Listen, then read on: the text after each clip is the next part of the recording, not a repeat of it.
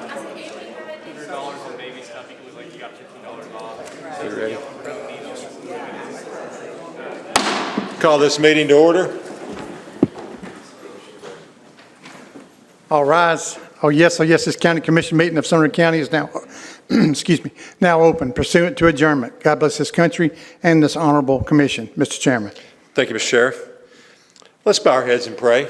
Lord, we thank you for this evening and this time together, and we pray that you'll watch over and bless us. Lord, give us wisdom beyond our own to help us do the business of Sumner County and to represent her citizens. And we pray, oh Lord, that you will help us to set aside any agendas or anything else, but that we might give glory to you in all that we do.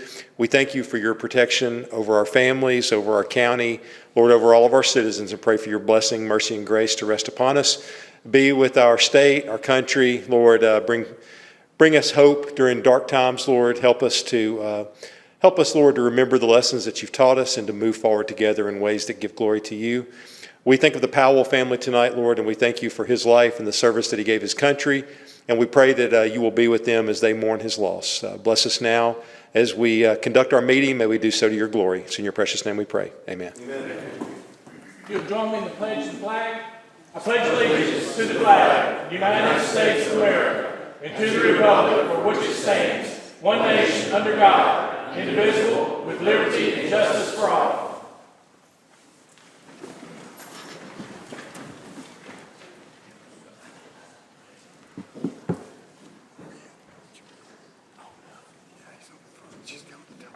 Okay. Oh, we can, it won't hurt us. Leah, let's do another invocation. Yes, please come and pray. Please come and pray. Yes. Yeah. Trust me, we can't have too much prayer. Y'all can be seated. You don't have to stand. No. All right. Let's pray. Father, we are so thankful for all the things that you've given us and all the things that you do for us. Father, may we be thankful for all the abundant physical blessings that you have given us, but more so the abundant spiritual blessings that we have in your Son, Jesus, your grace and your mercy and your love and forgiveness and so many more. May those be the ones that are most important to us and on the tips of our tongues and those that we are ready to share with others. Father, we ask that you be with all of our governing officials here in our county, that you will bless them with wisdom, that they will be good stewards of their responsibilities as they carry them out on a day-to-day basis. Father, we ask that you be with our sheriff deputies, our local law officials, our policemen, our firefighters. Father, we ask a special blessing on our local health workers, our paramedics, our nurses, and our doctors as they are very much overrun and tired with, Father, the pandemic and the things that they are going through. Father, we ask that your Spirit govern this meeting tonight and that it will govern the attitudes and the thoughts and the words that are spoken this evening. Father, we love you so much. We thank you for loving us even more. And it's in Jesus' name that we pray. Amen. Amen. Yeah, go ahead. Oh, I'm sorry. I'm Sean Montandon, and I am the preaching minister at the Portland Church of Christ, and I appreciate the invitation and a second prayer. Yeah, thank you, Pastor. Thank you.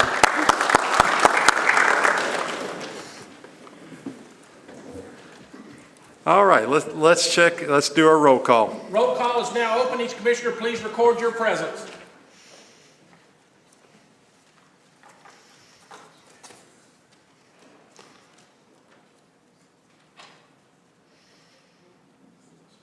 We have 22 members present. Okay. Mr. Chairman. All right, thank you, Mr. Kemp. All right. We've got a regular agenda and consent agenda. Let me tell you about one change that we need to make that's just clerical. Under financial management, under H 2110-04, should be under the budget. So without objection, we'll move it to number 3 on the budget. Okay. All right. Is there a motion motion by Commissioner Foster to approve our agenda? Okay. Second by Commissioner Rain. Commissioner Mansfield. Yes, Mr. Chairman. I wanted to pull 2110-09 and 2110-16 off the consent agenda and onto the regular agenda. Okay. 21, let me make sure I got 2110-09 yes, sir, and number 2110-16. Yes, sir. Okay. All right. All right, Commissioner Taylor. Yes, sir, Mr. Chairman. Back in August, we had an item that come before the General Ops Committee, or come before some committee, and that was the roof on the building.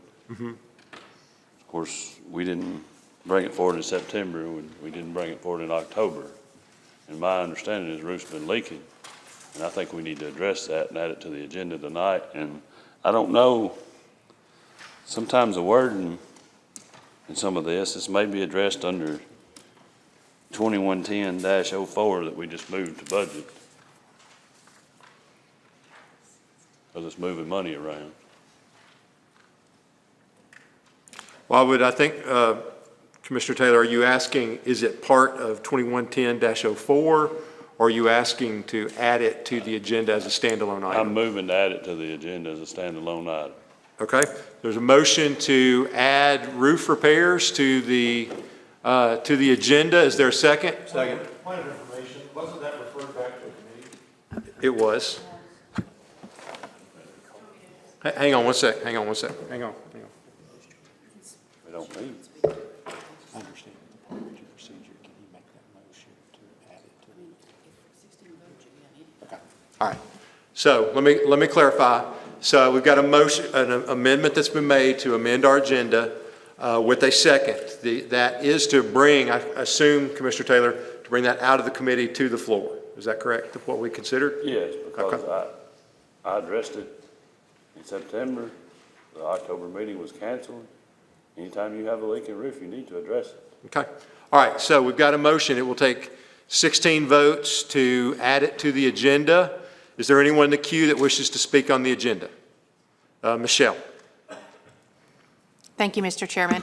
That was slated to be on the agenda for the October meeting. The other two items that were on the agenda, we did not have the supporting documents from IT, and so he could not present that. And so I spoke with the county executive, and he is actually, oh, there he is. He can speak to it if he wants, but he said that he has, that the roof is not currently leaking. I think they're just patching the current leaks that we did have.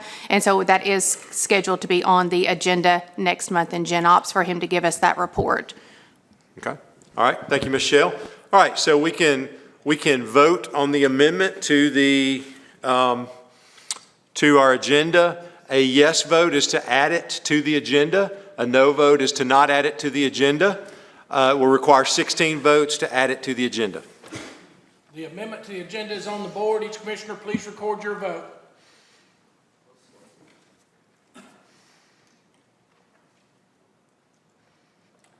Anyone not voting wishing to vote? Anyone wishing to change your vote? With 4 affirmative votes, the amendment fails to carry. Okay. Our agenda, all in favor, say aye. Aye. Opposed? Okay, I've got Commissioner Mo Taylor voting no. Any other noes? Okay, so by a vote of 21-1, the agenda passes. All right, we'll move on to recognition of the, or excuse me, I'm sorry, we got our minutes. Is there a motion to approve our minutes? Motion by Commissioner Stewart, second by Commissioner Rhodes. Mr. Mansfield. Thank you, Mr. Chairman. I had a citizen reach out to me today. They were asking a question. I think there were some presentations that were given last month that were asked to be submitted to the record. And so I wasn't sure, is that supposed to show up in the minutes, or it wasn't reflected, I guess, if they'd handed in their speeches. Was that supposed to be a part of the minutes? I don't think we have traditionally carried citizen comments into our minutes. Like, our minutes are a recording of actions taken by the body. If you notice, we don't document the dialogue that we have in the meetings. We document, like, who voted for things like that. So when somebody submits an official, like, record as part of the minutes or a petition, right? What say you? Like, what happens with that? I mean, as far as I would presume it's state. Filed as part of the record of that meeting, but it's not necessarily part of the minutes. There's a packet of everything that went on the meeting. It's a file. It's a part of the file of that meeting, but the minutes is a recording of the actions taken by the commission. Okay, just wanted to clarify as asked. Thank you. All right, all in favor say aye. Aye. Opposed? Motion passes unanimously. All right, recognition of the public.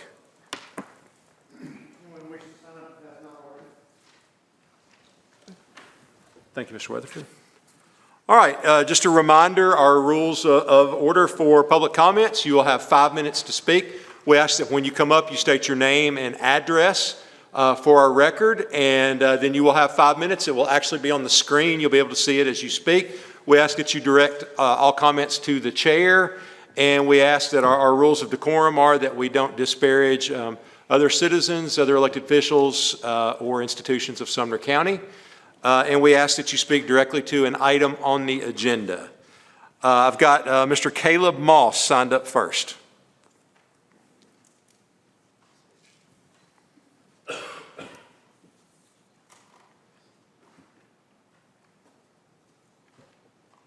Mr. Moss, you'll have 5 minutes when you start. Okay. You'll state your name and address for the record. Good evening. My name is Caleb Moss. Live at 3409 Dobbins Pike in Portland. The agenda topic that I want to go over is the Resource Authority. I'm going to try to see if this can be got on the camera. I know I'm probably blocking myself, but so I run 3 different businesses, and we transfer material to the Resource Authority. So we're waiting in line every day. I'm not gonna say every day, but it generally at least 2 to 3 days a week, at least an hour's time. Sometimes you're getting in under 10 minutes or so, but you're waiting at least several days a week, an hour, hour and a half at times. So as you can see, I don't know how well you can see the pictures, but there's lines at the end of the road to actually get into the entrance of the facility. You're about a third of a mile long line. Once you get inside the line, you've got the blue lines coming in, and I can email this out to anybody that would like to see this in person. You've got the blue lines coming in to the scale, the way in. You've got the line on the road of commercial and residential traffic. That's a single file line. After you weigh in the scale, you can either go straight to the brush to unload yard debris, that kind of thing. Then you're going, you got commercial traffic on the left, residential traffic on the right. Then your wait for a clearing to go in. You got 2 areas that you can unload, residential outside in a pit, bunker type thing. And then you got commercial. Basically 4 people can weigh or unload in each area at the same time. When you got so much traffic coming in, you've got that same traffic coming out in one line. Once the outbound scale backs up, it bottlenecks everything into one area, and you can't go in or out. You've got a lot of area that's not in the best use, but I don't know how well you can see, but the bottom picture here is the commercial traffic when we're waiting to back inside the building.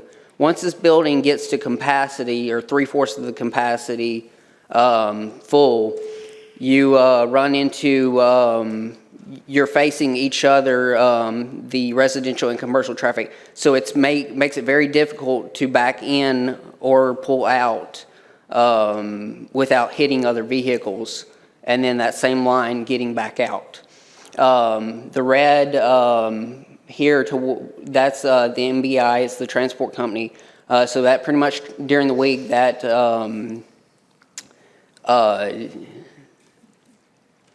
the back of the building is their usage in and out.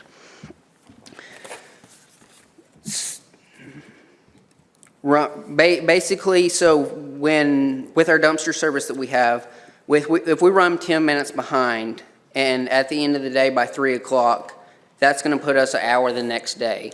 10 minutes doesn't sound like much, but so with our junk removal service, we went from 4 jobs a day to 5. That's income lost there.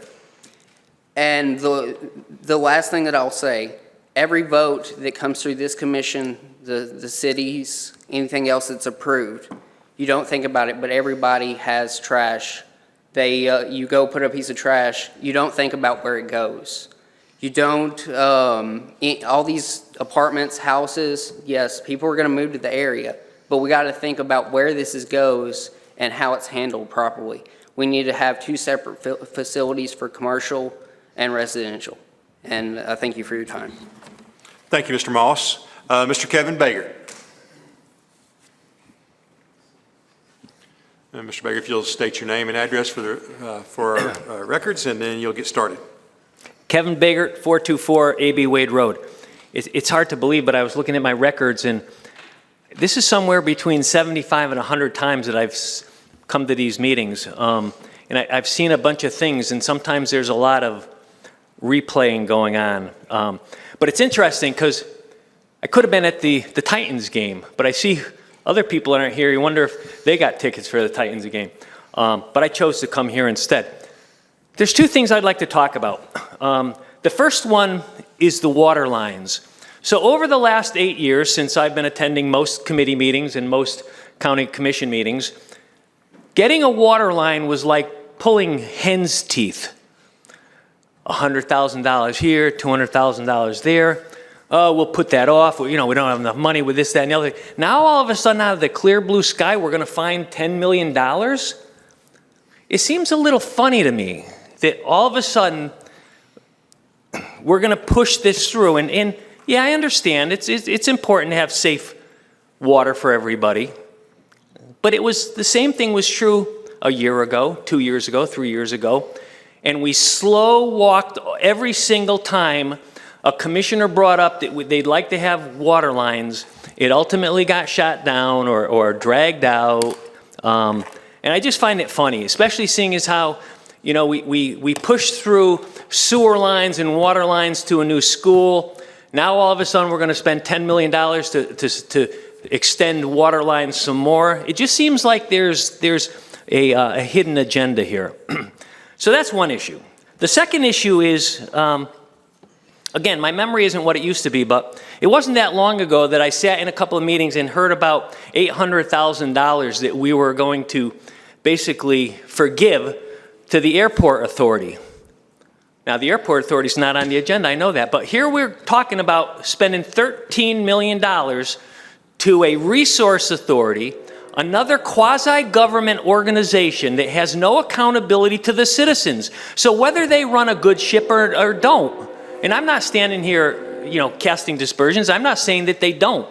It just does seem funny because as a residential user who takes my trash there religiously, all of a sudden it's funny that we've had this amazing increase in the backup at the resource authority. Even though if you look at our actual population growth, it's been fairly steady. Just seems a little odd. But again, we're going to give $13 million to a resource authority who can basically piddle it away, and then just like the airport authority, come back and say, well, we need another $800,000 because we didn't quite make ends meet. And we're going along with that. It just seems like it's the same old story. The citizens end up, getting the short end of the stick, paying over and over, and they don't really have any way of voicing their complaints other than coming here.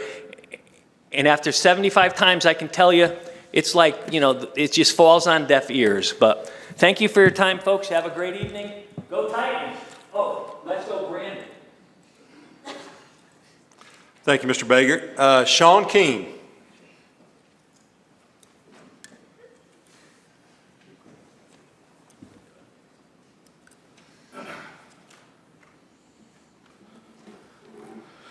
Sean Keene, 3501 Tyree Springs Road, Hendersonville, Tennessee. And I'm speaking about the Resource Authority. I know the Hendersonville address came out there, but I don't live in the city. I live in the county, very much in the county.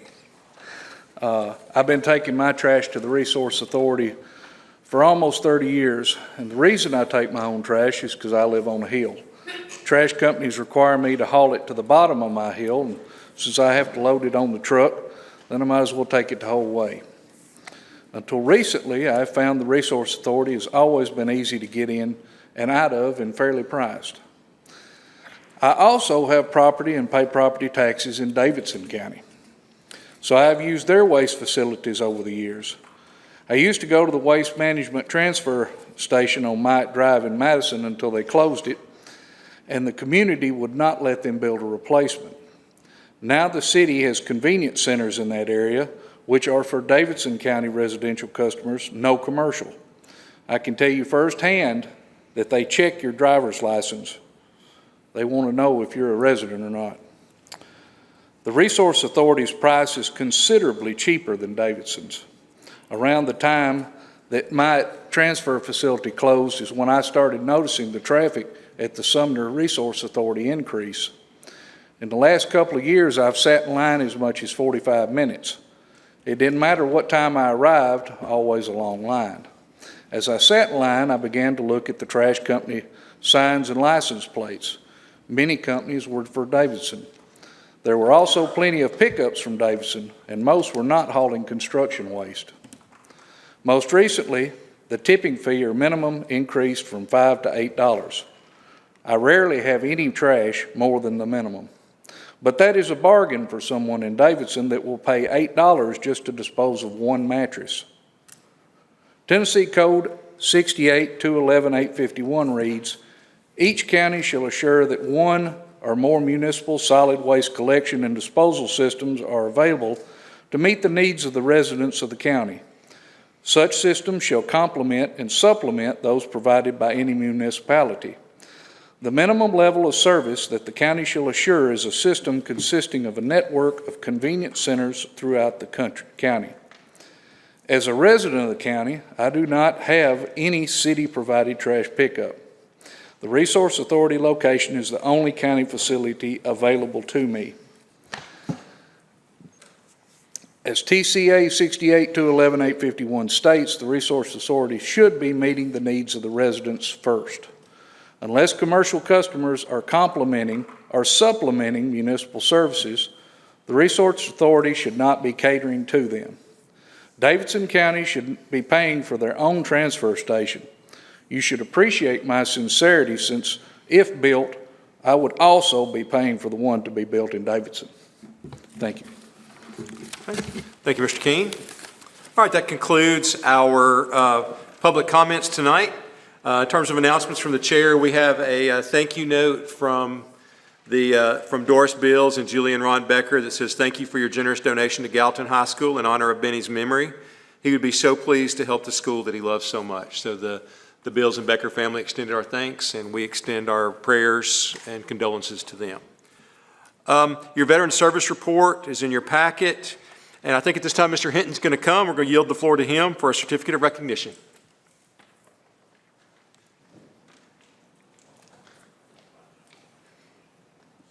Students out of town, I think, so I'm subbing. This is a different occasion because we've got medallions that we're giving out in lieu of some of the certificates, so we'll get to that in a minute. Certificate of recognition. The Sumner County Board of County Commissioners meeting in regular session on this, the 18th day of October 2021, does hereby honor and commend Mr. David Shell for his 39 years of dedicated service to the Sumner County Highway Department. Is David, are you here? Come up here and let's let everybody look at you. Take the attention off of me, which has got to be a good thing. Yeah, the family, y'all come on too. We might have the newspaper here.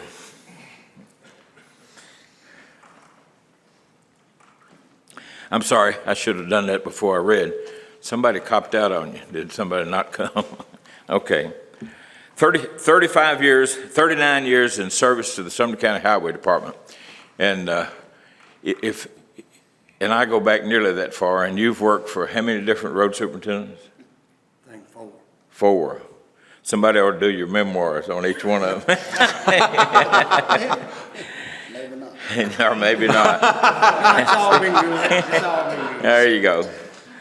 So I so move that this document be added to the minutes of this meeting, and this commission approve this certificate of recognition, and along with, and I believe this is the first of these that we've handed out. If you hadn't seen them, if you'll ask him to let you have a look. These are These are going with certificates of recognition, not resignation. We done took care of that last week, didn't we? Yeah.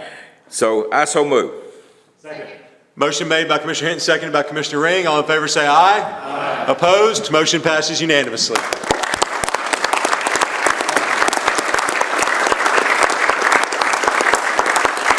David, you got a long speech?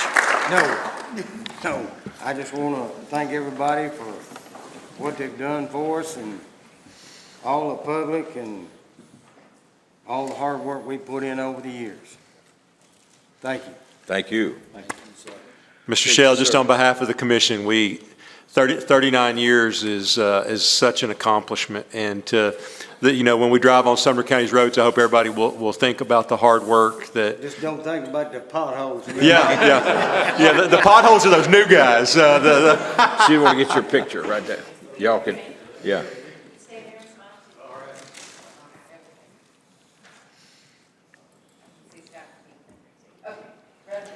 Can I get a note added to the minutes that this is the first medallion that he is? Yes, sir. Yes, sir. Let's give him one more round of applause, y'all.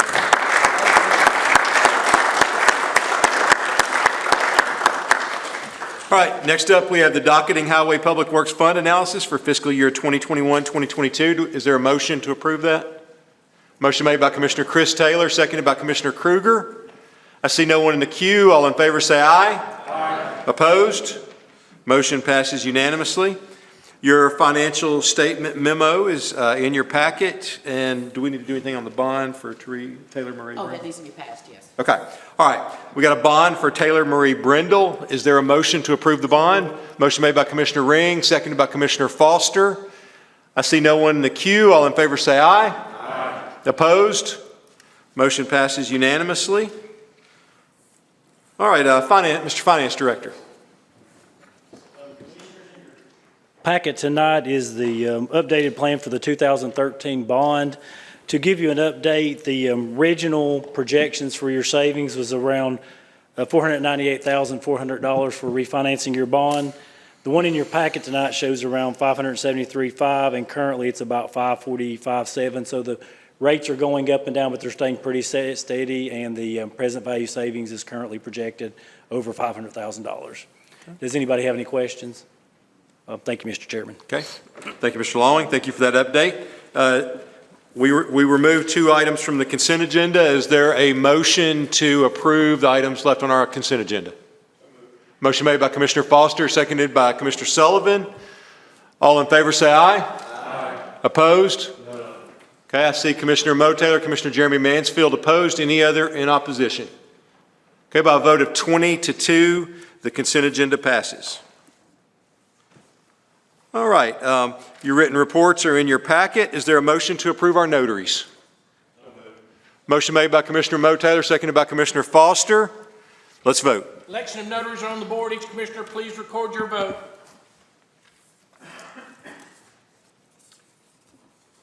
$22 votes are entered. Anyone not voting wish to vote? Anyone wish to change your vote?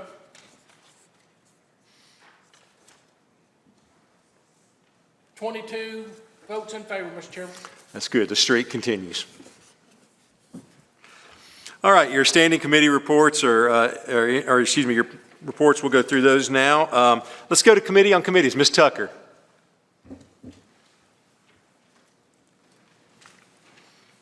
Thank you very much. The Committee on Committees met this evening in our regular set meetings at 6:30. And we have, first up was the Civil Service Board, but that is going to have to be deferred to next month because the employees actually have to vote for their employee representative before we approve. So that will be deferred. And then for the Tourism Board, we have 2 items of the county mayor recommendations for Angela Govan, citizen, for a 3-year term, and Tammy Wallace, citizen, for a 2-year term, both to be reappointed, and that was unanimous by the committee, and I so move. Okay, motion made by Commissioner Tucker, seconded by Commissioner Ring. I see no one in the queue. All in favor say aye. Aye. Opposed? No. Okay, I show Commissioner Mo Taylor voting no. Any other no's? Okay, by a vote of 21-1, motion passes. All right. Mr. Sullivan, Education. No report, Okay. Emergency services? Okay. General ops, Michelle. Highway committee, Mr. Hinton. Okay. Legislative, Mr. Ring. No report, Mr. Chairman. Okay. Commissioner Chris Taylor, budget committee. 2110-02, adopting the county waterline plan and attached herewith for presentation to the state for grant matching to provide healthy water for the county and committing up to $10 million from the American Rescue Plan Act towards the waterline projects with $5 million from such tranche. I so move. Okay, motion made by Commissioner Chris Taylor, seconded by Commissioner Stewart. And I would like to attach an amendment to that. Okay. Since we met on budget, I've met with Senator Hale, and then he in turn got me in touch with TDEC and their chief of staff, Ms. Simone. And after talking with them, initially on budget, we had said we would still ask for $100 million just on the offhand chance we got it. We will not get it, and they said don't ask. But the exciting part was they had already heard about the project we were working on, and I'll make it quick, but it's hard not to be pretty giddy about this one. They had heard about it. They were waiting for us to submit it whenever we could because they wanted to start working on it from their point of view and what they have to do for it, because that's going to be the example they use for the entire state. Because not only are we one of the first counties to ever do this, we're one of the few that's come up with the idea of having everybody together on the same page. And more importantly, this is exactly what they're hoping to have happen. And they've talked about the fact that, one, obviously we'll get what we need to get for it, but just how amazing it was, and what they want to show us, because a lot of the pushback they've gotten from throughout the state is that you can't get the municipalities, you can't get the different utilities to work together, it's impossible, it won't work. And just the fact that what our utility companies did and our county just says again and over what an amazing place we live. I so move. Okay. So let me, Commissioner, your amendment is that we will reduce that amount to? Yes, sir. We will go with, and that one, there were 3 plans. We will go with the second plan, which a company with Gallatin is right about $46 million, I think. Okay. Yes, sir. All right. Seconded by Commissioner Foster. Commissioner Mansfield. Thank you, Mr. Chairman. I just wanted to, that's good news from the budget chairman, and I just want to, thank Commissioner Most Taylor for pounding in this for years, and I know Commissioner Graves as well, just trying to get something like this happening. And appreciate Commissioner Taylor's work on getting all of these water district and utilities together as part of the Waterline Ad Hoc Committee. I know he asked me to be a part of that, and one thing I was happy about this is obviously getting drinking water to people who don't have it. And I asked this in the Waterline Ad Hoc Committee about 2 weeks ago, and I can't remember if I fully got an answer, but I do have a question. Is this strictly just water? Is it stormwater? Is it sewer? What specifically is the Waterline grant encompassing that this plan is? Commissioner Chris Taylor? Yes, sir. And I apologize. Part of this will also be creating an ad hoc that will kind of have oversight to make sure the county has some say still.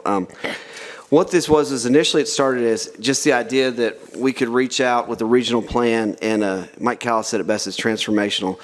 When we talked with the utilities, it's not about laying water lines necessarily, which is something we do with the DCG grants and other things. It was about taking one-time money that probably won't ever happen again in our lifetime to reinforce and connect infrastructure so that we could push water up to the northern part of the county, because that's the biggest part. We can run water lines, but at a certain point, and if any of you, not to get too much in the weeds, but when we met last year on Mo's committee, they kind of said, look, we can only do a little bit more. All the utilities did, and we knew that what they needed for the infrastructure last year, they kind of let us know.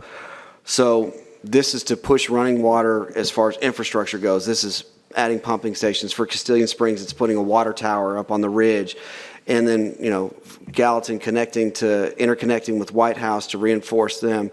It's all of the utility companies, except for Hendersonville, because they're landlocked. They were offered, they just chose not to. Coming together, reinforcing each other's systems, so that way, no matter what happens, we have enough water, and then the means to push that amount of water up to the northern part of the county where we don't have any right now. So it's clean drinking water is what we're looking at right now. So this is not sewer? No, This sir. is just straight up water lines, not sewer infrastructure, correct? Clean water. Okay, and that was important because I brought that up in the meeting, and just a concern with doing this. As you know, when you do things like this, it definitely, the caveat is it opens up to development that might be very unwanted. And in Sumner County's case, you know, development not paying for itself when it triggers the growth for schools, et cetera, et cetera. So it's just important to know that the main thing that's most prohibitive to development is sewer. And so I was just making sure that sewer was not a part of this, and that it's strictly just water lines to service people for clean drinking water who are getting out of the wells and out of the creeks, and who just have had things go bad on them, unbeknownst to them and no fault to them. It's not like somebody's coming in and building a house and putting it and they need water. It's somebody. The main reason I wanted to be on this committee is just service people who have lost their access to drinking water that previously existed. And so just want to make sure that we're actually doing that as a part of this. So thank you, Mr. Chairman. Okay. Thank you, Mr. Mansfield. Mr. Holt. Thank you, Mr. Chairman. I respectfully asked, I didn't get a chance to talk to our budget chairman, that we still request the full amount. I have some new information. The federal government's also got some additional grants available, and if we approve the consulting firm to monitor the grants, they have some pretty good information, and spoke to our finance director. So I don't want to sell ourselves short. And of course, we can always ask for less if that makes sense. And so TDAC is not willing to fund the whole amount, the $100 million. But if we work hard and we take some advantage of additional federal monies that's out there anyway, that's already been appropriated, we may be fortunate enough to get additional federal money to augment our current allocation, plus what the state is willing to pitch in to bump that price up, if that makes sense. I actually brought that up, sir, and what was explained to me was out of the $1 billion that the governor spoke of, there's about $700 million they're going to push out for this first year. They just said, realistically, you're not going to get a seventh of that.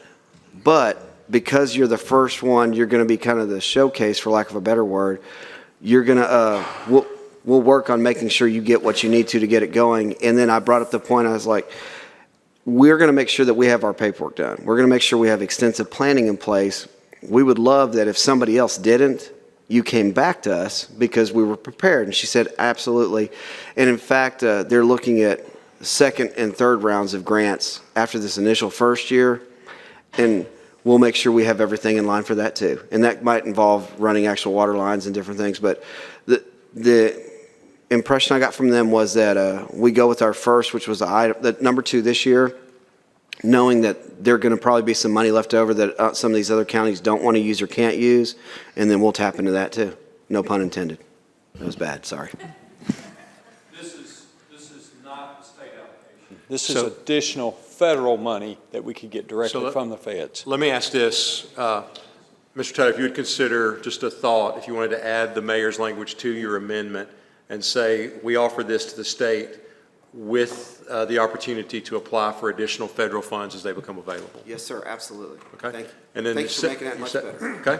All right. So everybody's clear. And then Commissioner Taylor, I'll come to you in just a second. I just want to make sure everybody's clear. I think what we're saying now is that we will go with option number 2, which is about $46 million. And then the opportunity to seek additional federal money if it's available to provide clean drinking water for citizens of Sumner County. Commissioner Mo Taylor. So we have an amendment on the floor? Yes, sir. Do you want to wait on the main motion? No. Okay. But it all ties together. Okay. Well, go ahead. All right.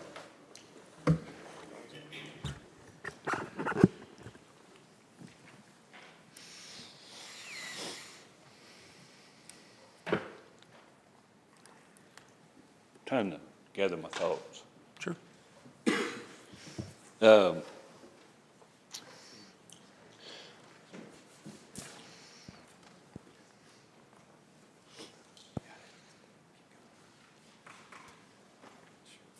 I'm just glad to see us doing something. This is a good step. Doesn't necessarily meet the needs that I've been pushing forward since, well, probably 86. But it's a step, and you have to crawl before you walk. and this is a way to crawl towards my goal and everybody's goal to get water to people in the county. It's a double-edged sword. People know that. We've talked about that before, because when you run water lines to an area that doesn't have them, you're going to bring growth. You're going to bring farms tracked up. You're going to bring, different stuff. But that's never been the reason that I pursued the water lines. But I think there will be some direct impact on some citizens that spoke at the Budget Committee meeting, I think in Bethpage, in their water utility district. But I went to Portland January of 2019 and met with the engineer.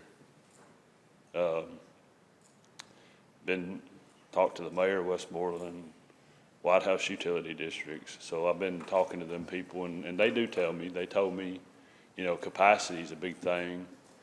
Being able to have the water in areas that they couldn't really take on a whole lot of new business because of flow and I won't get into as y'all say, the weeds on all of that, but this, I believe it's at a time to where with this money that I don't necessarily agree with the money and where it's coming from, printing it in Washington, but as they say, somebody's going to spend it.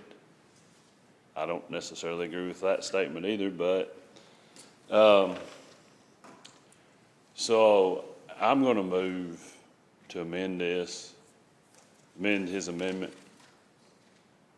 to add our portion, add $5 million to our portion.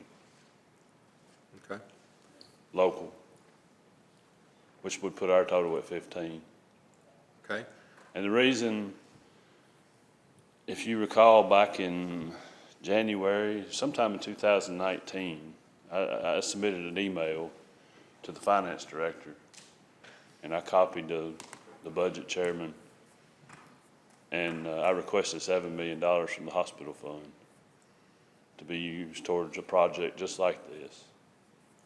Last year during the budget cycle, or this year during the budget cycle, I think from this floor, I asked for $4.5 million to come for a project just like this. It was the junior commissioner from Portland moved to send it back to the budget committee. And that motion hasn't come back before the budget committee. It's been addressed by the chairman.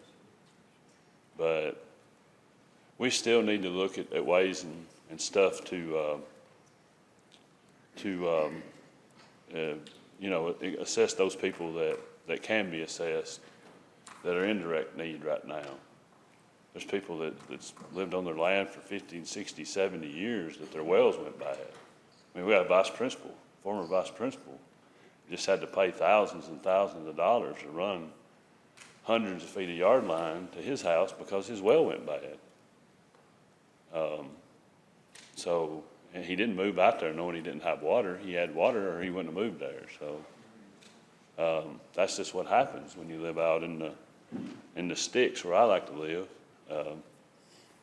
But that's my amendment, and with the plan that you were talking about that it could be addressed, you mentioned earlier, running some water lines to those that didn't have access with situations like I just mentioned. That's my amendment. Second. Okay, motion made by Commissioner Mo Taylor, seconded by Commissioner Mansfield. Amendment to the amendment to add $5 million from what source, Mr. Taylor? Local? ERP. Okay, local ARP funds. Commissioner Taylor? The only thing I would ask on this one, Mo, is that what they're wanting is specific plans. They don't want a general number. And that's what we talked about was like for water lines, if you had $5 million worth of water line projects lined up, that would be one thing. But they don't want us to say, hey, this is going to be $5 million for this project, but it's not defined in that way. So that was the big part about what they liked about our plan, was each of the utilities said, if you give me this much money, here's exactly where I'm going to spend it, here's how I'm going to spend it. I mean, in general, they didn't go down to engineering or architecture yet. But that wasn't the intention. I will gladly add anything we want to, but we have to have plans first. We've got to say, hey, it's, for water lines, I don't want to say be bid out, but we need to have a this street, this number, this, that, you know. They were really specific in their plan because they covered about the 2009 drought, a lot of the different things that TDEC had brought up before in the past. This, I hate to say it, is not the time to add that to it because we don't have anything specific yet. So if the I know Westmoreland's mayor has been made aware that they need to kind of try and figure something out like that. So, but the problem is it doesn't fit what they're requesting right now as far as the state goes. Okay. All right, Mr. Graves, do you wish to speak on Commissioner Moteller's amendment, or do you want to wait for main motion? Okay. Commissioner Ring. Yes, please. Just a question for Commissioner Chris Taylor. Is there a time limit on when this money from the ARP has to be spent? No, sir. The federal government gave it to us last year. We're still waiting on their fourth and final instructions on how to spend it. So all municipalities are kind of stuck. They've said, they've given us general guidelines, but they haven't said, now, we do have a timeline. It's 2024 is when it has to be allocated by that time. So you have to say, hey, we're going to spend it on these number of projects specifically in 2024. So we still have, 3 more years before it has to be allocated. We don't have to make a decision on all of the, on where we put water lines right now. We've got plenty of time as far as the ARP money goes, yes, sir. Thank you. Commissioner Becker. Yeah, just to make sure I understand what the amendment is. So right now, the motion is up to $10 million from the American Rescue Plan Act, and the amendment is to change it to up to $15 million from the same act? Okay. Yes, sir. All right. Thank you. Yes, sir. Commissioner Mo Taylor. Well, since I was mentioned, I'll redress. I mean, there's devils in the details, and if you got 3 plans, then you don't have all the details. So by adding amendments to this, you can add to the details. You haven't submitted the plan yet. So here's the plan to add to submit. There are projects that come before, and it's been presented out there, that's 100 and, if I could ask Mr. Graves, 112 million, 120 million, 30 million.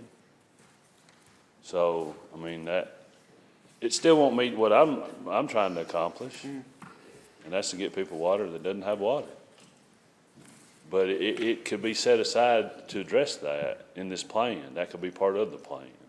I can name 2 or 3 roads right now that Westmoreland could have added, but they had a turnover in mayor during the process, and they didn't really have time because this meeting was set up within a week.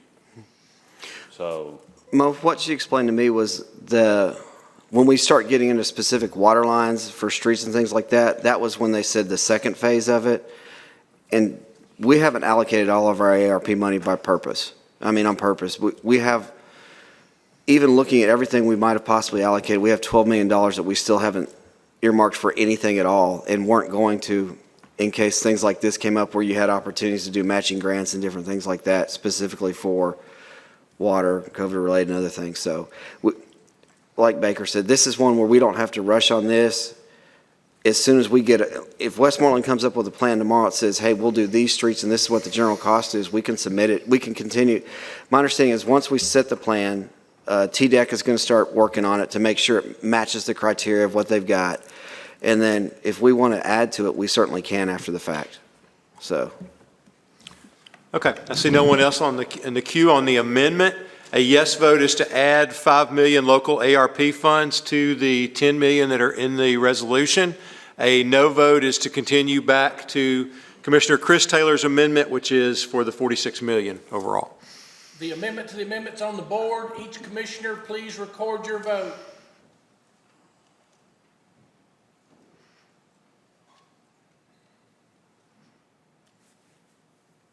$22 votes are entered. Does anyone wish to change your vote? With 8 affirmative votes, the amendment fails to carry. We're back on the first amendment. Okay. Mr. Graves, you want the main motion, right? What is this amendment? This is Commissioner Chris Taylor's amendment to go with the option 2, the 46 million. Which is the main motion now, but we have to approve the amendment to make it that. If you want to go ahead or if you want to wait a minute, you can. It's up to you. I'll just wait. Okay. All right. I see no one else in the queue. Let's vote on the amendment. The amendment is on the board. Each commissioner, please record your vote.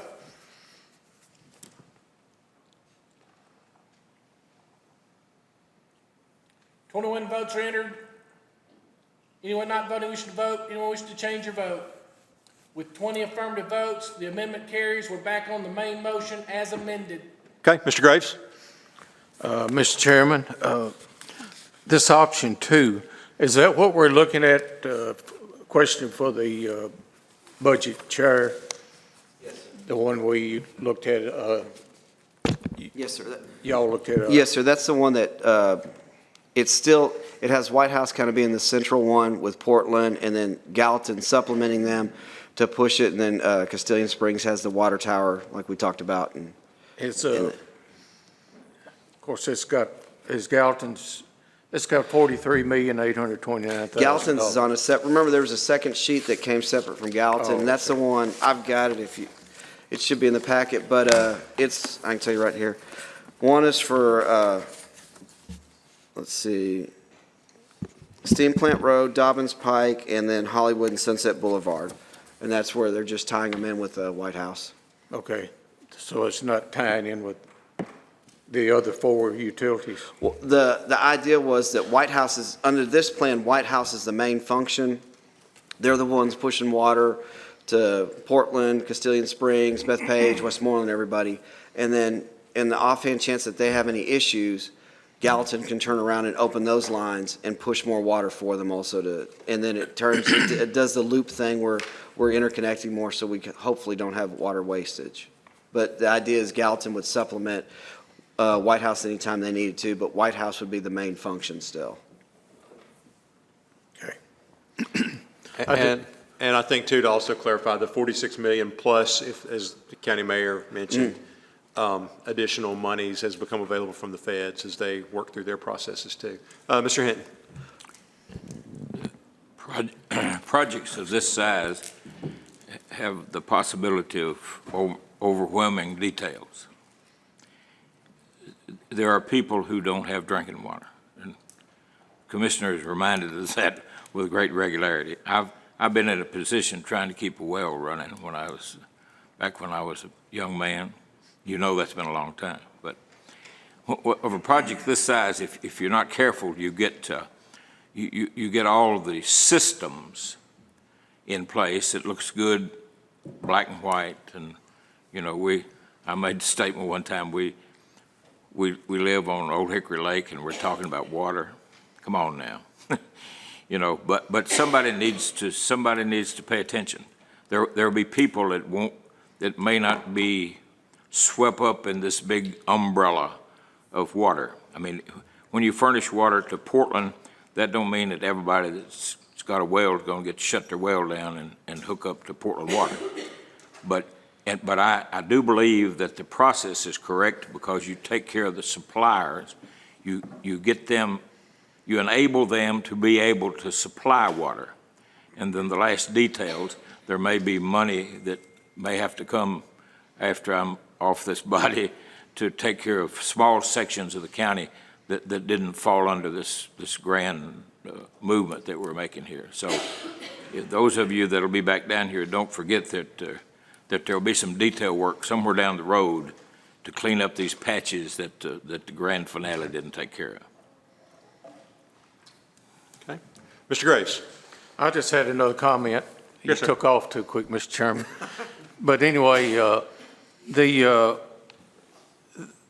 some roads on here that people don't have water. With this plan, they will get water. And the thing about this option 2, the big deal in it, all 4 utilities have some pressure problems up in that area, all 4 of them. And that's really to us at Castaic and Bethpage, and probably the other 3 too, Of course, White House has got a little less than probably anybody, but problems. But we, at peak times, you're okay, your flow's pretty good, but at times, it gets down to that state requires you have 20 PSIs.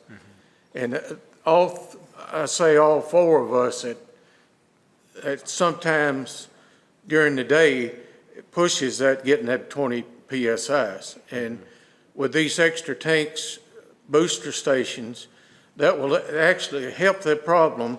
It won't cure it, but it'll get us down the road a little bit further to maybe we can do better. Thank you, Mr. Chairman. Thank you, Mr. Grace.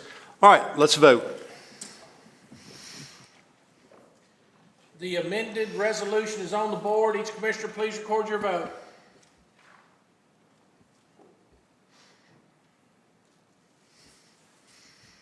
$22 votes are entered. Does anyone wish to change your vote?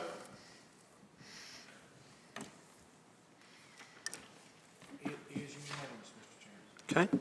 Thank you, Mr. Kemp. Commissioner Taylor. Yes, sir. 2110-03, appropriating up to $45,000 for jail capital improvements from capital projects local funding. This is one where they weren't covered under the JPA deal, and it's they came to speak to us. One of them is a fencing issue where the fence doesn't curve at the top, if you know what I'm talking about, so people can get out. Another one was a little bit of it's an HVAC issue. There's about 40 feet that connects the pod to the main part of the jail. And so it's going to get extremely hot and extremely cold, vice versa. And then the last part was, if I recall right, one more function for just yeah, thank you, sir. There's security boxes in the actual jails themselves where someone can hit a panic button, for lack of a better word. They did take the time. They were, we were told they were occupying it to test it out, and that's how they knew the fences weren't going to work real well. So I so move. Second. Motion made by Commissioner Chris Taylor, seconded by Commissioner Foster. Mr. Mansfield. Thank you, Mr. Chairman. In the budget meeting last week, it was a citizen brought up a good point. And when you're looking at these amounts that we're appropriating, it seems we always, a lot of times, grossly overestimate the appropriation amount. I know for the HVAC, it's between $17,000 and $20,000. For the system that they mentioned is really probably a $2,000 and maybe $6,000 max unit. And so I just, you know, I guess I want to throw a little caution here to the fact that obviously this is a brand new jail pod and all the money we spent on the architecture firm and the engineering and the building of this to have still come up with problems. But just overestimating the repairs, I just don't see how that is necessarily fiscally responsible. I know others will beg to differ, but I just, I guess I would like to reduce that amount, just knowing what I know, from the $20,700 to at least, let's say, $7,000. So that I would move to amend this, Mr. Chairman, to reduce the HVAC amount from $20,700 to $7,000. Okay. Motion made by Commissioner Mansfield, seconded by Commissioner Mo Taylor. Can you tell me those numbers again, Mr. Mansfield? Yes, sir. It's $20,700 is what's on the increase, expenditure increase. And I was proposing 7,000. just 7,000 total. So. Okay. So a $13,700 reduction. I would just remind everybody that they have to still get bids. So irregardless of what they say it's going to be, it has to be bid out. So.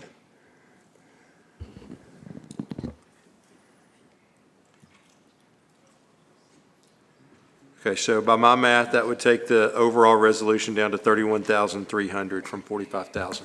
All right, Commissioner Mo Taylor.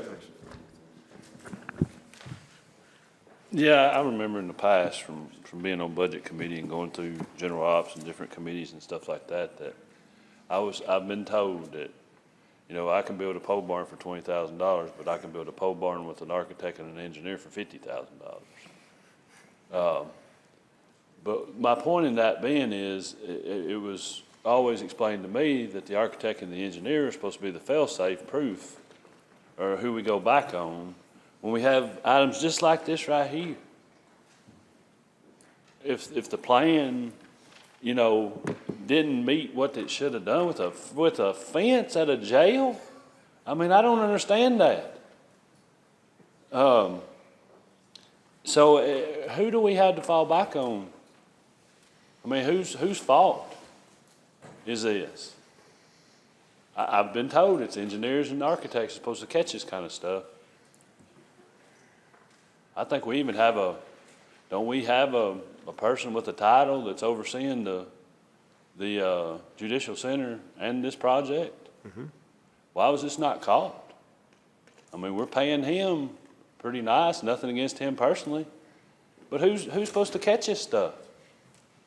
We are, the people out there in the county. Thank you. Okay. Thank you, Commissioner Taylor. All right, there's no one else in the queue, so a yes vote on the amendment would reduce the funding by $13,700. A no vote, okay, a no vote is to, thank you, Mr. Kemp. A no vote is to go on back to the main motion. Mr. Wright. I've worked at the jail. I've worked 12-hour shifts. I was asked why I done that. The reason I done it is how can I speak for those individuals if I haven't walked in their shoes? We need a fence. We need what kind of wire do you call it, Sheriff Weatherford? Concertina wire, or what is it? But it has to be around the top to be functional. It's not like there's not a fence there. I do believe that wire is just missing. Now, as far as the HVAC problem, Commissioner Taylor spoke and said it has to be bid out. Everything has to be bid out. Thank you. Okay. Thank you, Mr. Wright. All right, a yes vote is to reduce funding by $13,700 to $31,300. A no vote is to continue back to the main motion. The amendment to reduce the amounts on the board, each commissioner please record your vote.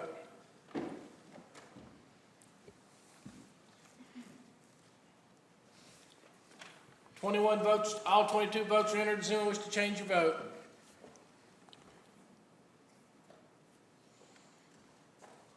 With 2 affirmative votes, the amendment fails to carry. We're back on the main motion. All right, let's vote on the main motion. Main motion is on the board. Each commissioner please record your vote.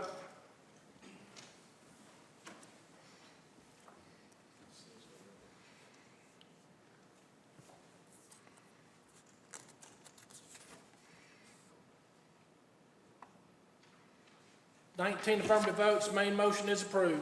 Okay, thank you, Mr. Kemp. Commissioner Taylor. I didn't touch it, Mr. Kemp. Okay. I'm going to do the one that's under financial management, then we'll hit the 2 consent agenda items. 2110-04, approving carryover of unused direct appropriation grant funds from fiscal year 2021 to remove the amount committed for revenue shortfalls and capital items and move it to the unassigned fund balance. This is accounting just to make sure we're carrying over our money from one category to the next. I so move. Okay, motion made by Commissioner Chris Taylor, second by Commissioner Foster. All in favor say aye. Aye. Opposed? Motion passes unanimously.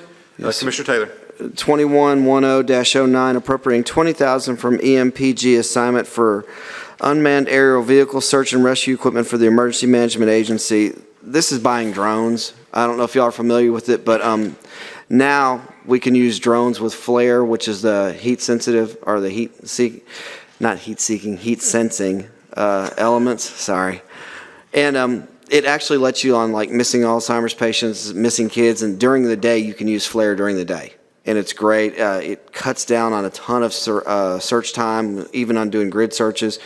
And I'm bugging Ken to take the next step, which there's small units you can buy, which we use in Nashville for SWAT calls.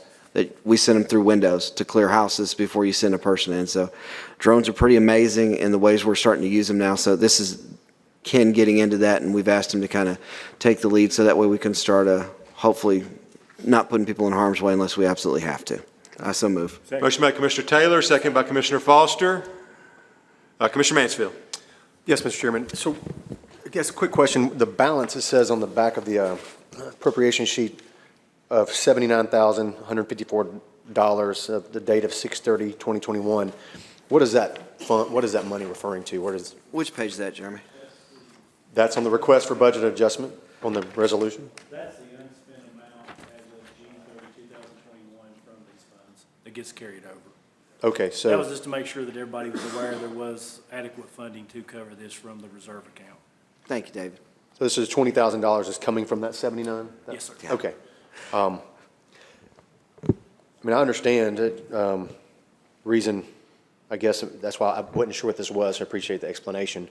Definitely, I guess, privacy makes me a little nervous with what you just mentioned. I don't know what kind of, how does that work with privacy for citizens or? I'll say this, government agencies are under way more restrictions than private individuals as far as drones go. We've got to fall on, they've got to, you actually have to get certified. There's only certain people allowed to fly it. You can't just have anybody jump in, jump on the control and do it. And then on top of that, you've got to follow the restrictions, FAA, all kinds of stuff. Whereas if you're a news group or, different people, you can throw one up in the air and roll with it until you get caught. So we're actually, it's a lot more restrictive for law enforcement for us, but that's okay. That's doing it the right way too. So with this, Mr. Chairman, is there a restriction on times that they can be used by the emergency management agency, or is like in case of emergency, or just, are they doing test flights, or? It depends on the situation and where you're at. If it's, I'll give you an example, if it's a school setting, obviously we have, it's where you have standing, and I don't want to get into it. Ms. Denham, please jump in there before I get too deep, but where we have legal standing to be and where we don't have legal standing to be is what it always boils down to for law enforcement. So if you have a legal standing to be somewhere, you're good all day long. If you don't, then you've got to either ask permissions to have a search warrant, which is an exception to the rules as it is. Best way to say it? I think an example, I think if Mr. Widener were here, he could share. He shared with me recently. They had a gentleman that was missing with Alzheimer's. There was a silver alert out for him. They looked for him all night, and it ended up he was in thick woods and wasn't able to be found. This would have given us a better shot with the heat sensing to be able to find him. But that was one that came to mind for me. All right, I see no one else in the queue. All in favor say aye. Aye. Opposed? Motion passes unanimously. Mr. Taylor. Yes, sir. Last one for me tonight. 2110-16, transferring $98,620 for allocation of appropriated funds for rural fire department. If you remember right, we put in the tax rate where they get, it's like $140,000 a year, and then they get together, decide how they're going to spend it. Once they do, then they bring it back through emergency services to budget, and this is it. They actually haven't spent all their money. There's one or two groups that they're waiting on, but this is that regular allotment that they get every year, and this is just needing the final approval for them to be able to purchase those items. I so move. Motion made by Commissioner Chris Taylor, seconded by Commissioner Foster. I see no one in the queue. All in favor say aye. Aye. Opposed? Motion passes unanimously. We'll go to Commissioner Becker. All right, thank you, sir. We've got a few items here. The first item is 2110-05. Appropriating up to the maximum amount allowed for the actual amount to be brought to the Financial Management Committee and forwarded to the County Commission for the American Rescue Plan Act consultant. We met tonight. It says maximum amount here, which is actually 3.7 million, but the committee capped that, I guess, up to $1 million is what we used on this one. So it's to read appropriating up to $1 million. And I so move. Okay, motion made by Commissioner Becker. Is there a second? Second by Commissioner Stewart. I see no one in the queue. All in favor say aye. Aye. Opposed? No.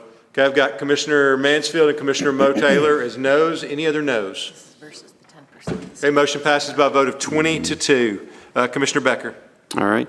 And then 2110-06, 07, and 08. In the Financial Management Committee, they were grouped and approved. So they're all tied together. So 06 is the initial resolution authorizing the issuance of not to exceed $13,250,000 general obligation public improvement bonds of Sumner County And I so move. Okay. Are you grouping and approving, Mr. Becker? Well, yeah, let me go ahead and do that. So I'll group and approve. So dash 07 is the detailed, basically 07 is the interlocal agreement between the county, the cities of Gallatin, Hendersonville, and the Resource Authority, excuse me. And then the dash 08 is the financial advisor engagement letter. So, and I also move to group and approve. Okay. Motion made by Commissioner Becker, seconded by Commissioner Ring. Commissioner Mansfield. Thank you, Mr. Chairman. Just on this, speaking directly to this resolution, 2021-1006, part of this says, the purpose of financing in whole or in part. And right now, the question I had in financial management that, right now we're financing it in whole. I know the law director clarified that Hendersonville and Gallatin, I guess, had in their meetings approved this, but, this part of this resolution is, it's actually a signatory page right here of something than the sign. And, the problem I have is the fact that I understand that they're just by verbal commitment. We might be committing, they saying they're going to do something, but again, it was brought up tonight. I get some public comments about. My problem with this bond resolution is the fact that it's based on us funding the whole thing without a written signed agreement from Hendersonville Gallatin first before that comes to us as far as the interlocal. And so, go ahead. I'm sorry. So that's just my problem with this is the fact that we're on the hook as whole. Again, we've canceled off debt to the airport authority, and it just makes me nervous. And so I would like to move to refer this back to budget until we can actually get a signatory page for the interlocal agreement from the cities of Hendersonville and Gallatin. Okay. Motion made and seconded to refer. My understanding, and Ms. Denon, correct me if I'm wrong, my understanding is that both Gallatin and Hendersonville have passed this legislatively. We're just waiting on this. So it's already been approved. Okay. The other thing that I think I heard you say, Mr. Mansfield, is that we would be responsible for this. My understanding is that the Resource Authority is the first repayer. It's only if they default, and then it would come into the shared agreement, which would be 2/7 City of Gallatin, 2/7 City of Hendersonville, and Ms. Longling. 3/7 county. That's my understanding. Okay. Commissioner Mansfield made the amendment. Commissioner Taylor seconded it. Commissioner Taylor, are you on the amendment or the main motion? Well, it's on the amendment because the point of the matter being is that, and I know this ain't how government does things, but to put ourselves on the hook by a vote, just because that's not the way government does things, I'm not comfortable with, and I'm not going to vote for it. And what I mean by that is having agreements in front of us before we go to vote. It's been fighting that battle for years down here, and it's not the way it's done in the private sector. I understand government doesn't work like the private sector, but maybe it should. Maybe it run more efficient and better. Thank you. Okay. Thank you, Commissioner Taylor. Mr. Hinton. I'd like to make an amendment that we pass it contingent on signatures from other parties. Okay. Hang on one second, Mr. Hinton. Let me let the law director clarify. A bond closing is like buying a house. There's lots of pieces that come into it. People sign contracts, people make commitments, but ultimately it all comes together at a closing. And that's what will happen with this. We won't close it, so to speak, without having all the signed contracts, MOUs, everything, even down to the point where Mr. Kemp has to use his big county seal on it. Wow. Okay, so I think, Mr. Hinton, I think we'll have to wait on your amendment. They made a motion to refer, and we can't amend that. So if you can hold on one second and come back with that if you wish. Let's vote on the motion to refer. Refer, is that 2/3 or 50%? We need to know which they want. Remember, the rules are back. Simple majority. Okay. Okay. Simple majority with debate. So a yes vote would be to refer this back to financial management. A no vote is to continue to the main motion. All right, motion to refer is on the board. Each questioner, please record your vote.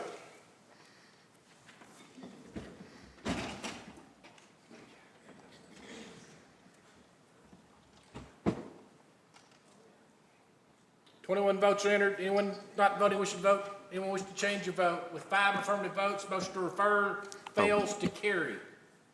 I meant to vote yes on that, or no on that, excuse me. All right, show Chairman Langford wishes to be shown voting no. Thought I voted. Sorry, y'all. Okay, back to the main motion. Mr. Shannon, did you want to offer that amendment now? After adequate explanation, I'd like to withdraw that. Okay, thank you, Mr. Shannon. All right, I see no one else in the queue. A yes vote is to pass the bond resolution. A no vote is to not pass the bond resolution. Are we voting on all three? All three as a group and approved. Okay. Mm-hmm. All right. Yeah. That was your motion, right, Mr. Becker? Okay. All right, Mr. Mansfield. So you're saying that this is a motion to group and approve. We're done with all of this discussion, correct? That's correct. Okay, well, so I brought up some concerns back in August concerning this project that was brought to me from citizens, some of you spoke here tonight, and the citizens that have spoken to me, specifically two of them are engineers. One does mineral and mining operations and deals with heavy construction, flow, inflow, and egress and ingress on sites that are moving a lot of stuff together. But this interlocal agreement that we talked about in August is before us again, and one of the whereas says as the county sees substantial growth, bringing with it more citizens and more waste. Then the other whereas it says the resource authority must undertake expansion in order to meet the increasing needs of our county. And I don't agree with that statement. I understand statutorily what the obligation is, but when we're looking at, as it was discussed tonight, from a citizen funding trash for other counties for people to come here, and we're not charging them any differently. There was a lot of problems that citizens have brought out to me for this growth and expansion problems, as well as some good solutions that I really think that we're not doing justice by rushing into this bond without looking at some efficiency issues. One thing that, if you look at this current site, it's approximately 10.2 acres, and there's about 1.6 acres that are currently unused. It's just green space. And so, some citizens have relayed to me their concern is that it's not necessarily their overcapacity, which has kind of been one of the reasons, versus just underutilized and not planned as efficiently as can be. Another problem that is brought up from a citizen tonight, and I've heard is, in the construction materials industry, you do not have big equipment ever mingle with small vehicles. And it's an accident waiting to happen. But this is exactly what's going on at this recycling center, is that we are mingling those things. And additionally, in the commercial building where the waste goes, and I've been there many times myself and just gave up and quit going because of the lines, 3/4 of that building is just wasted space. It's not efficiently used. So when I see things that are happening in an efficient manner, throwing money at it to supposedly expand it is not the best thing, in my opinion, when there's other ways to do it. This is a Sumner County owned facility, but it caters to commercial haulers again. Some of the out of county and the tipping fee rate is the same as been expressed by citizens. For anybody who comes across a state scale, Davidson County charges more for their trash than we do. And we don't charge anything for those out of county loads. And so that's an imbalance, unfortunately, that we're just encouraging. This part of this resolution says this growth has to be addressed, but unfortunately, we're not addressing our growth. We're addressing other people's growth, and we're on the hook for paying for it, regardless of because at the end of the day, the resource authority can't pay. We're going to have to pay that out of our funds as taxpayers. And when I see different problems that might have a solution, I just have a problem doing this. Not to say it doesn't be expanded a little bit. Another problem was mission about efficiency, and I've heard this one a lot. They rerouted the traffic and put in a new scale a few years ago, so there's only two scales, one for inbound and one for outbound. But typically you'd have multiple scales, and you can't go around that at all. The residents used to steer around the dump, go around and put their trash around it, and the commercial had to stay in line. The residents could skip that, and now that process has been jammed up, and some citizens have accused the resource authority of doing that intentionally. And when you look at expansion, I can't disagree with that. I don't know for sure, so it's not an accusation, it's just an observation. But there's a lot of things they could have done to be more efficient in this. I know another thing, Hendersonville doesn't even take their trash here, so why would they pay to do a part of a bond? I heard tonight in financial management that it was part of maybe in 5 years that Hendersonville might bring their trash here. Honestly, I have, pardon me, Mr. Chairman, faith issues with the city of Hendersonville when they're asking us to pave roads for them, fund fire halls that they can't fund. The property assessors come before us, and the city of Hendersonville is not paying their fair share of the assessment property, and we're not being able to collect on them. So I have doubts and problems when we're depending on other entities to pay their fair share when they haven't signed on the bottom line, and they've got payment issues, and they're coming to us to fund things that we don't need to be funding for them. Some of the solutions are really good solutions I thought were given is since there looks to be 1.6 acres on this site that could be used for residential only, which a citizen mentioned, a separate building for residential versus commercial. Maybe it's a $250,000 bond, maybe it's a $300,000 or just expenditure, not a $13 million bond if you need to build a new thing. I think there's ways that we could greatly reduce the affordability of this. And, again, a solution to speed of the process, if we're talking about all these wait times, and one of the excuses for expanding this facility is adding more scales. And one set for residential, one set for commercial, under a current payment system. One thing that they're not doing and that they could do, that a lot of construction sites do, a lot of other resource authorities do, governmental entities, is having just ticketing, remote ticketing with RFID tags and tracking vehicles as they come in these commercial haulers. This allows them to move through the scale area quickly. You can have camera systems, so one clerk can monitor everything. Another solution that was good, that I agree with, and it's been mentioned before, non-residents and out-of-county commercial traffic or haulers ought to be banned, period. Or if allowed, they should pay twice as much or substantially higher than county rates, because we are paying for other people to come here, and we're encouraging all of their trash dumping on us. Davidson doesn't have, they bring stuff here, Trousdale, part of Macon County, Robertson County, they bring their trash here because they do not have these types of transfer stations, and that's a problem. So that was another thing that citizens have expressed, that, that we need to be taking care of Sumner County, even quoting the TCA code tonight, a citizen, of being able to provide for our own residents. And, one, you can do it RFID tags, or, you can do license plate readers, which are very commonplace and widespread for tracking and moving materials, whether border crossings. I mean, there's a lot of technology there that could be done efficiently, I think, that has not been, I've not seen a plan for it. I've not heard anybody talk about it. I've not heard proposals for these things. It's just, we have one option. We got to borrow money to make this bigger. When citizens are saying the opposite, and again, listen to user feedback, they're not saying we need a bigger facility. They're saying we need more efficient processes, because we've seen things that have been implemented here that made things worse that used to be good. And so that's a management problem. That's an efficiency problem. That's a planning problem. That's not a growth of the facility problem. You can use license plates to read these things. Now, one question did come up, and a concern from a citizen last meeting, of like, example of what one roofing contractor has Davidson County trucks. He lives in Sumner County. He does all his work in Sumner County. So he's like, well, you're going to penalize me. Like, why should I get penalized? And so that was a great question, a valid question. And so that can easily be solved by some kind of sticker system in the window. It can be solved in a way to have where you can tell, a fee that's 6 months or 12 months and extends for bringing in those types of people.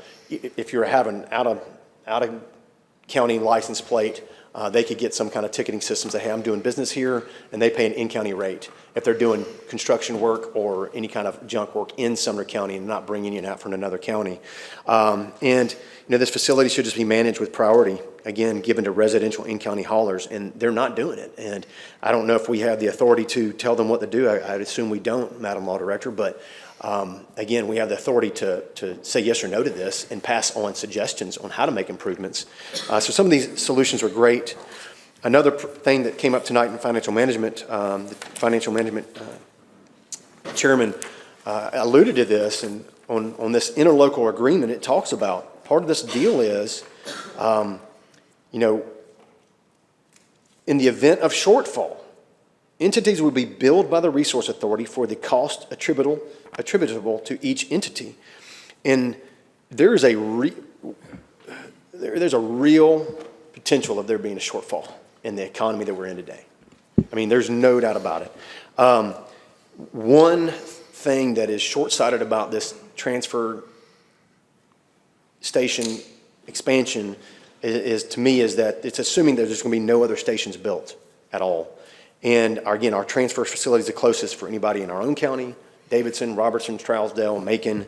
And as fuel costs continue to rise, and these landfills start closing, like the one on Myatt Drive closed and they couldn't open it back up. Murfreesboro's got one closing, 8 years. They might not let it open back up. It's going to be necessary to build strategically placed transfer facilities closer to these other counties or have them deal with their own trash issues. And there's a real threat of shortfalls in budgets if we're counting on these things and what somebody's going to, because of, and I know, give you an example of fuel costs. I know you guys are all hitting at the pump, but I have an app tracker for my fuel.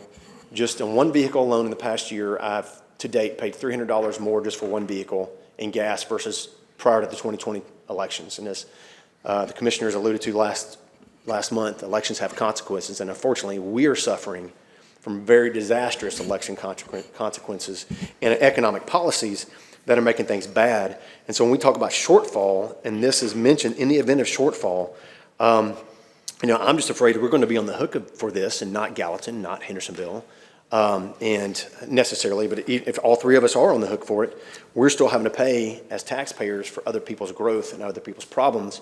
When I think there's a lot of other solutions to deal with efficiency issues at a much dramatically lower cost.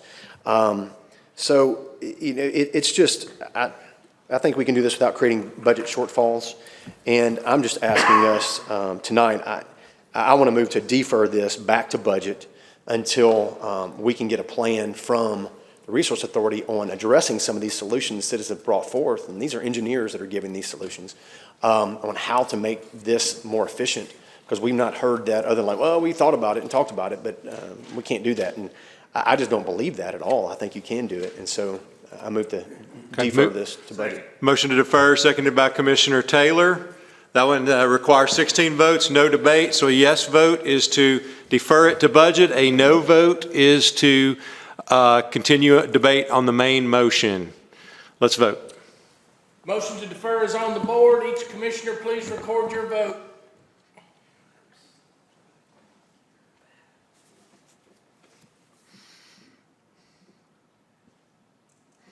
All 22 votes are entered. Does anyone wish to change your vote?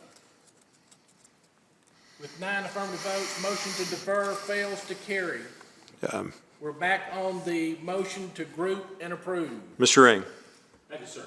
A couple of comments. One is, we keep hearing that there's all these suggestions for efficiency. Has anyone spoken to the director of the Resource Authority about it? I'm on the board of the Resource Authority. No, I'm not aware of anybody coming to the Resource Authority and asking and saying, I think this would work better. I don't know if it's happening, because I don't believe so. Most of the complaints about what's going on at the Resource Authority will be solved here. Okay? There is not the space to do some of the things that some of the people are suggesting that we do. We don't have another road to put in. We can't put something out on the middle of nowhere in a green space. It has to be in a covered location. Right now, in the tipping floor that we've got, there are nights when we still have some left over at the end of the night because we can't get it all out. Okay, we have basically the same facility we've had for the last 40 years. Okay, Sumner County's grown in the last 40 years. Sumner County's grown in the last 10 years. We're getting about double the volume of trash that we had 10 years ago, and with the same amount of space. Okay. That's one of the reasons that there are some issues, which is what we're trying to solve. We've been dealing with this for a couple of years now, trying to come up with some ways to solve these problems, and this was the way that we felt was going to be able to solve these problems. If this passes and when this begins, there will be dual lanes for commercial and for private citizens. The comments have been made about too many people coming from out of county. That's tracked right now, and it's 10% or less is from out of county. Now, out of county includes people who are registered in another county, but they're doing work in this county. So if you may have a company that's sitting across the line in Westmoreland and Macon County, and they come across to Westmoreland to do work, they have an out-of-county tag. So we charge them more because the work that they're doing is in Westmoreland. Okay, we're talking about lots of different contingencies. We really don't get that much from other counties. It's, like I said, it's 10% or less, and a lot of that comes from people who are actually doing the work in Sumner County. Mention was made of convenience centers in some counties. Yes, they have convenience centers. And guess what? Those are paid for by the county commission. If this county commission wants to organize convenience centers around the county, then I would suggest that somebody come up with a way to do that and a way to pay for it. Because that's what happens in other counties. The county commission pays for that. We do not, it's not done by a solid waste board like the Resource Authority. See if there are other notes here. The citizen who came up and showed pictures, that's typical. I mean, there are lots of times of the day when there's a line. I've gone to there to do recycling, and maybe it's the time I'm doing it, but I have not seen the lines like that when I go to do the recycling. People who recycle don't have to get in that line. They can go right around. And it's been alluded to today and in the past that that the lines are there on purpose to make us vote for this. I don't know if people think the Resource Authority is hiring people to put trucks in line or what it is, but no, there is no such thing. There is no hidden agenda. It's a matter of it's getting busier and busier and busier every single day. And we're going to have to do something about it, or the state could shut us down if we don't do what we're supposed to be doing to get the trash through. Now, a lot of the trucks that we see, we don't, the garbage trucks, they all come out of Nashville. There's nobody in Sumner County has a giant-sized garbage truck like city streets, okay? They've got smaller trucks that they do. Comment was made about Hendersonville. Hendersonville currently has a contract with a collection company, and they take it somewhere else. They take their garbage out of the county. Hendersonville, as we have all seen in the paper over the years, has some issues. There are some issues with that company, and who knows what they're going to do. They may decide when we are capable of taking their garbage in a larger facility, they may decide to bring it to Sumner County Resource Authority as opposed to where it's going now. We need to be prepared for growth. Just like we are building a new courts facility in order to be prepared for the next 40 years in Sumner County, we need to redo the Resource Authority so that we can be prepared for the next 20 or 30 or 40 years in Sumner County. Thank you. Okay. Thank you, Mr. Ring. Mr. Commendon. Thank you, Mr. Chairman. Just to make a long story short, I would like to tell you that the Resource Authority is made up of 2 private citizens, the mayor of Hendersonville, a representative from the Gallatin City Council, and 3 county commissioners. And I may have forgot someone, but anyway, in the last year, this is not just an idea that we've just come up with last month. We've been working on this for over a year. We have an engineering firm that has a full set of plans that thick, and it even talks about how we've got to widen Rappahannock Wire Road and getting the traffic in and out. There's a whole lot of parts to this. TDEC is involved in this. If we leave too much, you can't leave anything on the tipping floor at night. They come in and penalize you and write you up for that. There is so many things, and just about everything that's been brought up here tonight about the things that we're not doing, most of them were even discussed again today and have been discussed for a full year, but that's part of the plan to do all these things. And there is an ongoing, we get a report every month of the fuel cost, how many more pennies that the fuel costs to deliver I think it's 24 loads or 26 loads a day goes to Carthage to a landfill.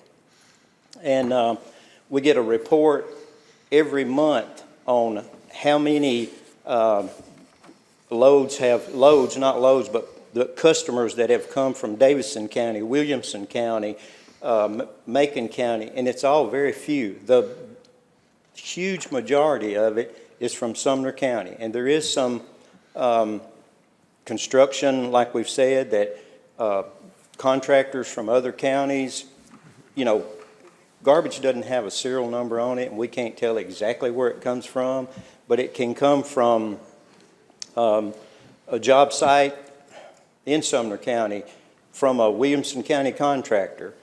And our tonnage per day has doubled in just the last few years, and that's caused all this problem. And that was an old facility that was for something totally different that has been modified 2 or 3 times. Thank you. Okay. Thank you, Mr. Commendon. Commissioner Chris Taylor. If there's nobody else in the queue, never mind. We have people in the queue. I'll call the question. Okay. Commissioner Chris Taylor called the question. A yes vote is to end debate. A no vote is to continue debate. Oh, I'm sorry. Is there a second? Sorry. Second by Commissioner Foster. Thank you, Mr. Kemp. Yes vote is to continue debate. Excuse me. A yes vote is to call the question, end debate. A no vote is to continue debate. The call for the question is on the board. Each commissioner, please record your vote.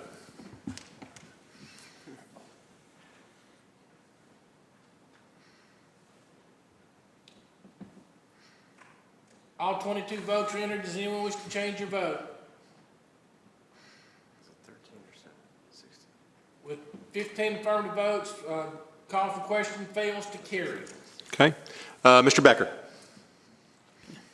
Yeah, I would just like to ask the finance director about, share the information you shared tonight about the resource authorities, your analysis of their ability to actually, pay for this. They did present to me and the cities their analysis for their long-term projections, and nothing's guaranteed because there is changes always, but the amounts they did present looked very reasonable and conservative as far as to be able to pay the cost. Okay, thank you. Okay, thank you, Mr. Becker. Mr. Mansfield. Thank you, Mr. Chairman. Again, just want to reemphasize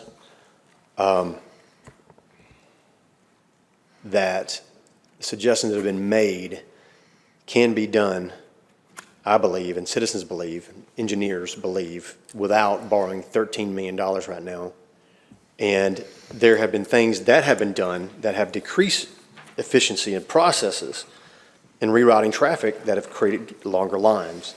So I don't believe, I just want to reemphasize that, the fact that this does not have to be done. And there is 1.6 acres that is a part right on the property that is not being utilized at all that definitely could be utilized.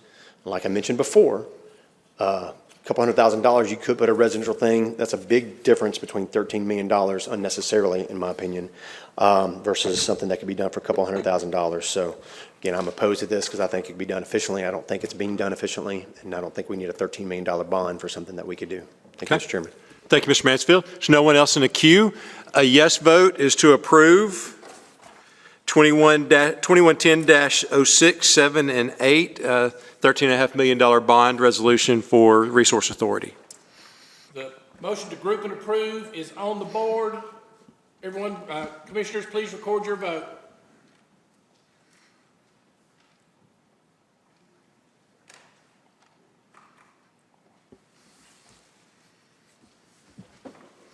$22 votes entered. With 14 affirmative votes, the resolution to group and approve passes. All right, we're going to have to take a brief recess. The motion passes, but there is an interlocal agreement that we're going. I'm going to need about a 5-minute recess, and then I'll explain what we need to do as a result of this vote. Okay. So, without objection, we'll take a 5-minute recess. We're going to have to pull out the interlocal agreement because it's got to pass by 2/3.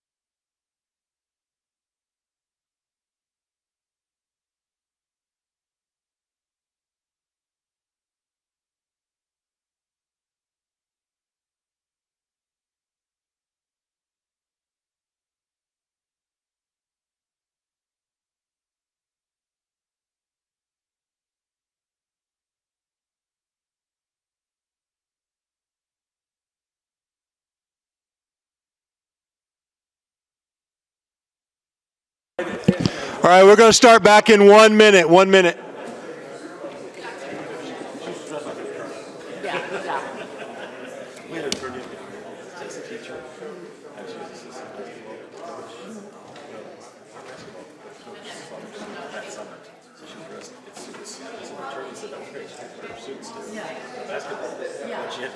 She my clothes with the teacher. She thought it was weird that she was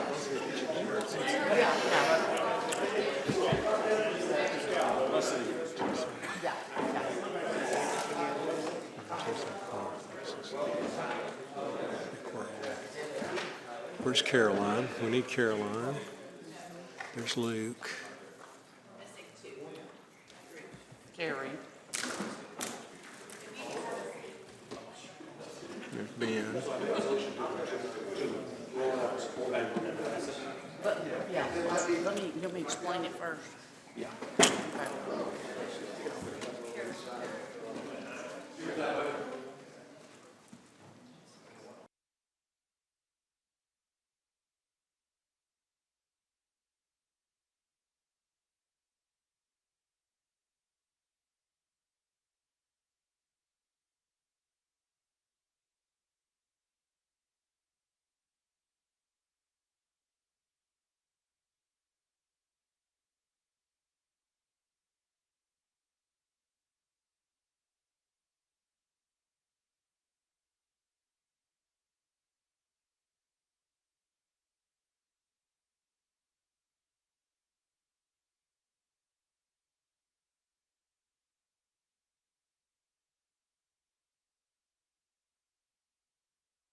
All right, about 30 seconds. No, 16. Thank you.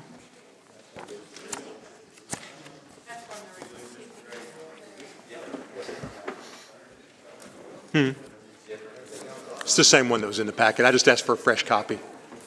You need to go and start explaining. Where in the heck is Caroline?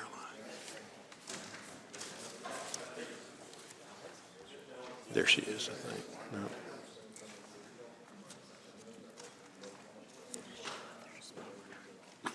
No.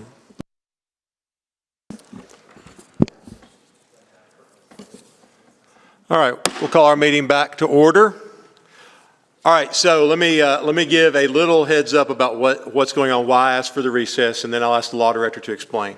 All right, we passed a bond resolution, right? The bond resolution passed. The interlocal agreement requires a 2/3 vote. If we do not have a 2/3 vote on the interlocal agreement, basically what we do is we've passed bonds, but we've agreed to foot the bill ourselves with no contribution from Gallatin and Hendersonville. Is that correct? It's absolutely correct. Okay. All right. Go ahead, Lee. Did you want to explain that? Did I catch it? I mean, no, he's explaining it to you perfectly. This is an interlocal agreement based upon the private act that says the county will pay 3/7, the city of Hendersonville will pay 2/7, the city of Gallatin will pay 2/7. Without this interlocal agreement being adopted by 2/3 vote, which is what the Resource Authority's private act requires, the two cities can say, we're not paying. This is one of those things that's got to be signed, but it's got to be done by 2/3 vote. What you've done is you borrowed the money now. The contracts have still got to be signed, but you borrowed the money. You've got to pass this by a 2/3 vote or you're stabbing yourself in the foot. Okay. All right. Thank you, Ms. Denon. Mr. Ring. Thank you, Mr. Chairman. My mic on, I guess. All right, so I make a motion that this be pulled from, as an attachment from the document. And we. Reconsidered. Reconsidered, yes. And that we vote to pass this. What kind of vote do we need? Okay. All right. All right, so there's a motion to reconsider. Is there a second? Second. And just, Second by and the Commissioner reconsideration is just this portion. Just the interlocal. Right. Okay. All right, Mr. Hinton. What's the makeup of the board? What's that? I'm sorry. The makeup of the board, I'm eating a cookie. What's the makeup of the board? Who's on the board? Mr. Gamendan answered that earlier. It's, Mr. Gamendan, could you, without objection, we'll go to Mr. Gamendan and let him explain the board. There's 2 private citizens, 3 county commissioners, the mayor of Hendersonville, and a representative from the city of Gallatin. And may I add to that, the two private citizens, one of them is appointed by the city of Gallatin, the other one by the city of Hendersonville. So Gallatin has two, Hendersonville has two, basically. And we have three. We have three. And we have. Correct. It's the same split as the payback amount. So we have a simple majority, and that's about it, right? Okay. Yes, sir. No, we Thank don't. you. We have 3 out of 7. Could we expand it? Not without amending the private act. Hate State that. legislature would have to change it. Hate that. I got a couple of people I'd like to put on it.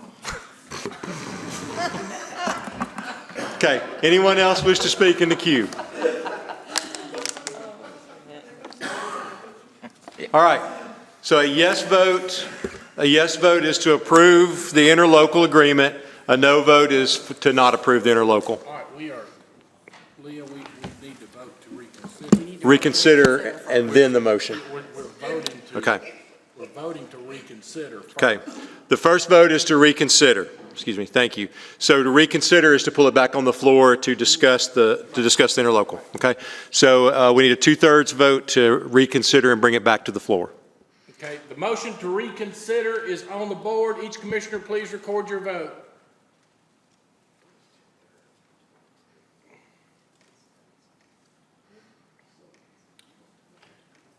All 22 votes are entered. Does anyone wish to change your vote?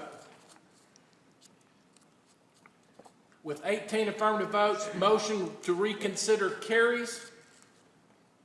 We are back on, is it 07? Yes. We're back on 2021-10-07 by itself. Okay? I make that motion. Okay, motion made by Commissioner Ring. Is there a second? Second by Commissioner Kruger. Anyone in the queue wish to speak? Seeing no one, let's vote. Motion 21-10-07 is on the board. Each commissioner, please record your vote.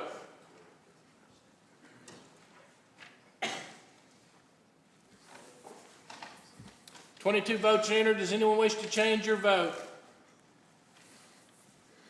With 18 affirmative votes, Resolution 21-10-07 is approved by the 2/3 vote. Okay? Is there a motion to adjourn? Commissioner Foster makes the motion. We stand adjourned.